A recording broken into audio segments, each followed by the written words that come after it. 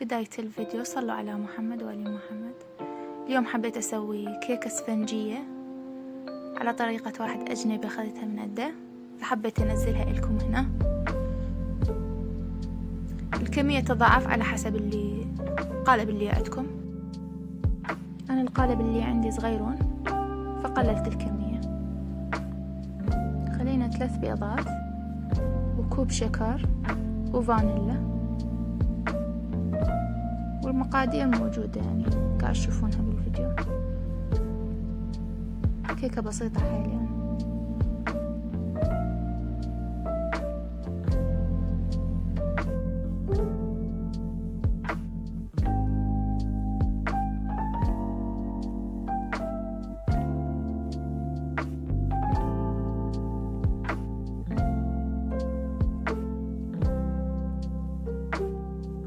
من يتغير لون البيض نضيف الزيت، والمقادير راح اكتبهن لكم جوا بالوصف.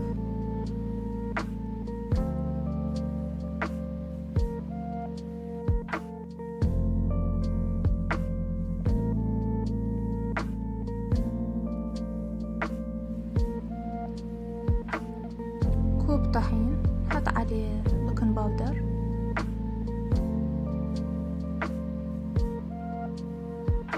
والنخلة زين.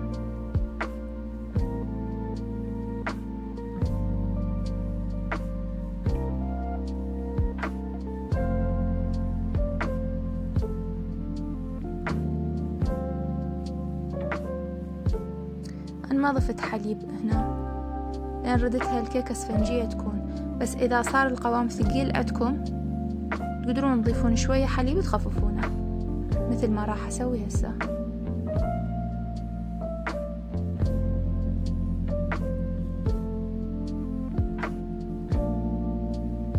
ما ضفت كمية كبيرة، ضفت قليل.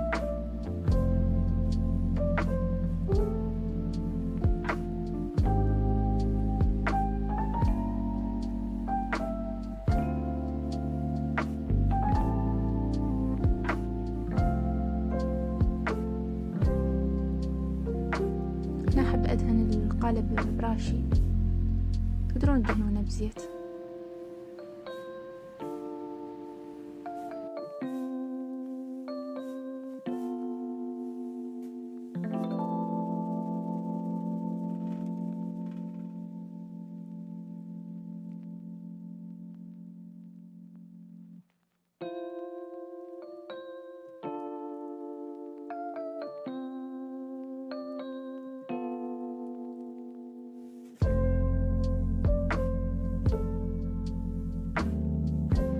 بعد ما طلعت من الفرن ما طولت عندي، أقل من نص ساعة.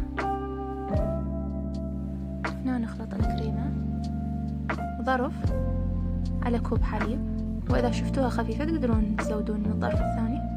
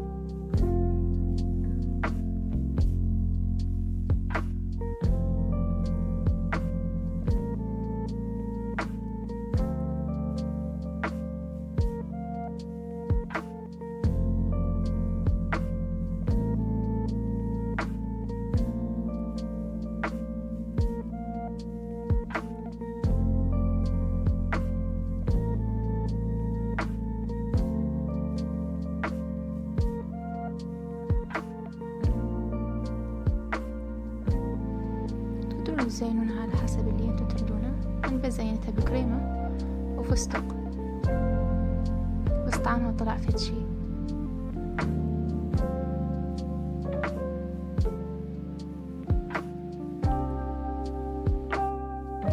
المكونات سهلة موجودة بكل بيت، والحشوة مالتها بعد اسهل، طلعت مثل المحلات، اسفنجية وكلش حلوة.